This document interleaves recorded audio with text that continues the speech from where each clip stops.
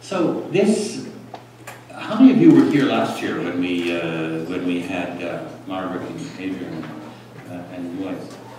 About half. Well, that's great. That means we're getting the audience. That's good. This project is a very unusual project. This is not a patriotic project. It's not a feel-good project. This is not to bring our ignorant children in line.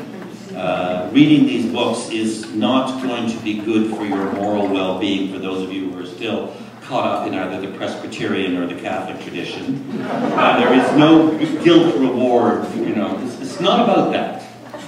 This is about great writers, great subjects, people with a humanist view of how to write, and looking at figures who have been chosen in a, you know, I led the choosing, but it's all been part of a conversation, interesting enough, with Penguin, you know, with Diane, but actually also a conversation among the writers.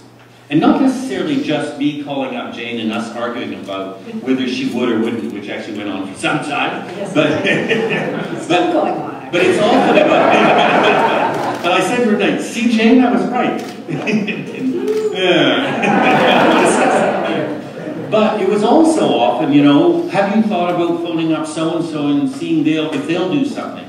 So it's really been a very, very interesting conversation right across the country because everybody understood immediately how fun and exciting this project was because it was all going to happen at a very high level of writing and a very high level of, I don't know, of understanding of the nature of the human being, whether it was from philosophers or novelists or historians or Charlotte, the only professional biographer in the group. She's the lucky one.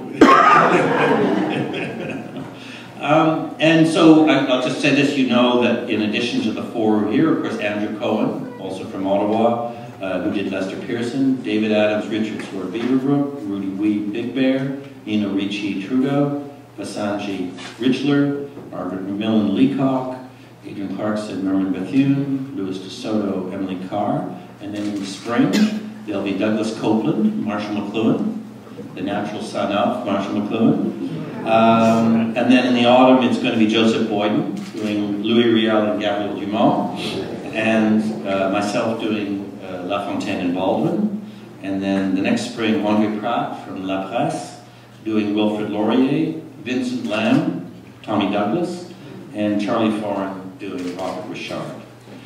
So it's an absolutely amazing group of writers. And I think when you look at this thing, it's not linear.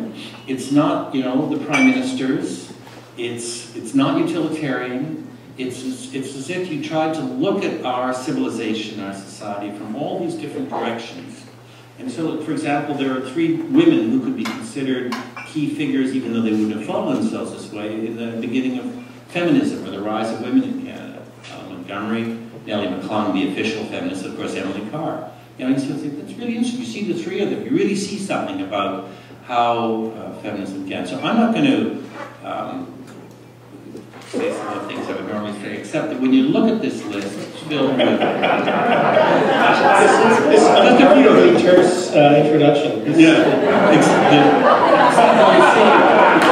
They're reformers, they're martyrs, they're activists, they're painters, they're thinkers, and they fit brilliantly into this form of biography, which is about 200 pages, not because it's dumbing down, but because this is one of the toughest ways to write a biography, which is in 200 pages.